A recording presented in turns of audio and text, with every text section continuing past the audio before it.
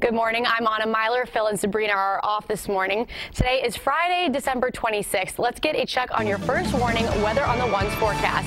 Here's Neil Asano. Hey, Anna, thank you very much. A fairly quiet start to the day today, looking at temperatures in the 40s. Look at that, 41 degrees at our National Grid First Warning campsite in Saratoga Springs, a light southwest wind. Expect to see a few clouds around during the morning. High pressure off to our west will kind of build in here during the day today, so those clouds will gradually erode throughout the morning. So by midday into the afternoon, more in the way of sunshine. Mild temperatures today are going to stay in the low 40s across the region. Probably not get much more above that. 39 in Greenwich, 42 in Albany, 40 in Voorheesville. There are those clouds in the satellite picture. They will be eroding a little bit throughout the day today as temperatures hold fairly steady in the low 40s for much of the day, and it looks like a fairly mild weekend coming up as well. More on that in just a few minutes. Anna? Thank you, Neil. It's the big screen comedy that created big-time international controversy. The Interview, a satirical story about a plot to kill North Korean dictator Kim Jong-un, has opened in the capital region. It's an opening that Sony Pictures initially canceled after a hacking attack and threats of terrorism. Steve Flamish reports. Christmas night at the Hudson Movieplex on Route 9 in Greenport. And it's opening night for The Interview, a comedy about a plot to kill North Korea's dictator. Some say it goes too far. Well, with all due respect to freedom of speech and someone who's really an advocate of that, I do believe that the movie that talks about killing someone, especially someone in a government that's very explosive, is not a very wise movie to make. And if they made a movie about killing our president, I don't think we'd be too happy either. North Korea denounced the movie and threatened the United States. But that emboldened a few of the people who lined up to buy a ticket. I thought it was important for us to show that even if we may not like the movie, no one should tell us we can't see the movie. So I wanted to just come and show the support for that.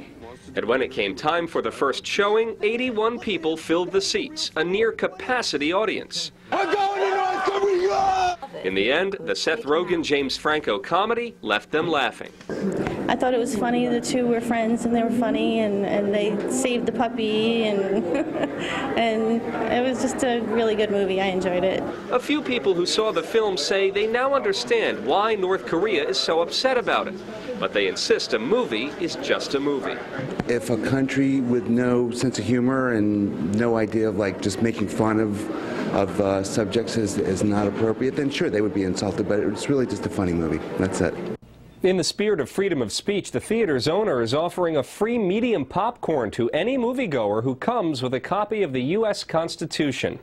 Locally, only the Hudson Movieplex and the North Adams Movieplex are showing the film, though it's also available online through Google Play, Sony, YouTube, and Xbox Live. Reporting in the newsroom, Steve Flamish, News Channel 13 Today. Meanwhile, Sony's online PlayStation Store and Microsoft's Xbox site experienced disruptions to users on Christmas Day in the latest possible cyber attack. A hacker group calling itself Lizard Squad tweeted that it shut down Sony and Microsoft networks by overwhelming company servers with fake user traffic. The companies acknowledged technical problems and released statements saying they're working to resolve the problem.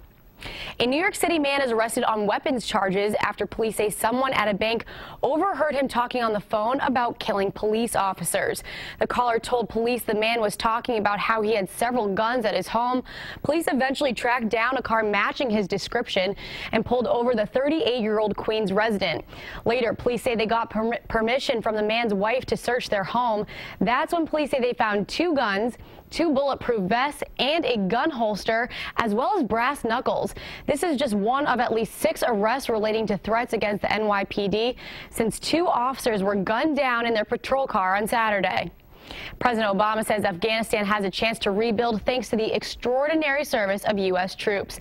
The president honored troops on Christmas Day at a Marine base in Hawaii. Meanwhile, in less than a week, the United States officially hands over Afghanistan security over to the Afghan government. But critics worry the country isn't ready to stand on its own. Richard Jordan reports this morning from Washington. Hello, everybody. Merry Christmas. The president and first lady greeted service members at a Marine base in Hawaii. But it's those deployed in Afghanistan that are most impacted by the message he delivered and his outlook for that country's future. Afghanistan has a chance to rebuild its own country. We are safer. It's not going to be a source of terrorist attacks again. The withdrawal in a few days will lead to more reunions like this, a moment many military families have been waiting well over a decade for. The last year has been among the deadliest for Afghan soldiers and police officers.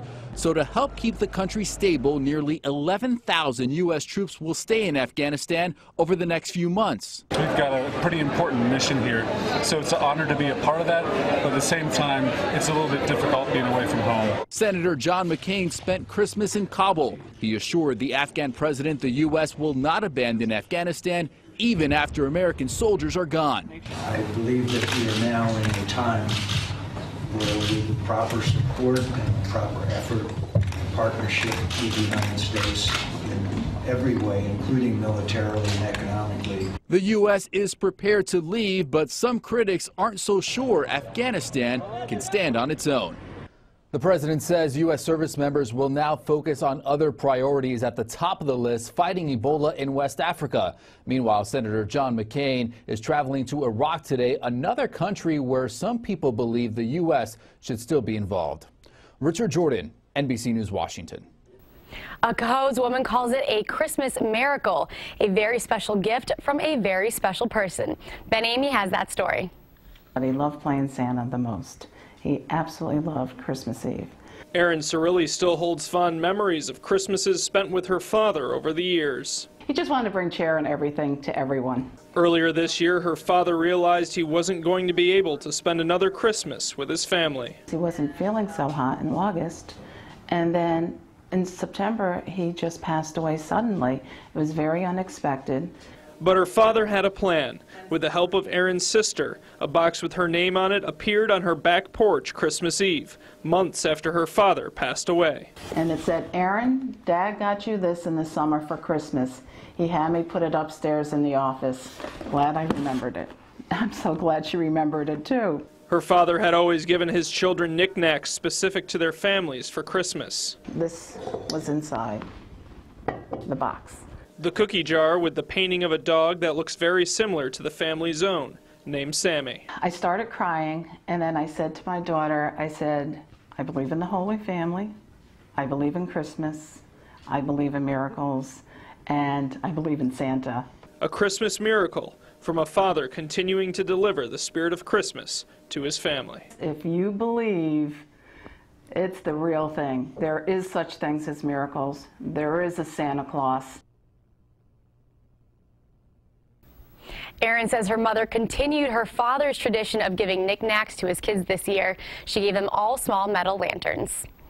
It was a rather warm Christmas day, but can we expect the mild air to stick around going into the weekend? Neil Estano is back with your first warning weather on the One's forecast. And remembering loved ones, memorials are planned to honor the lives lost in a vicious tsunami 10 years ago. Coverage you can trust with Bill.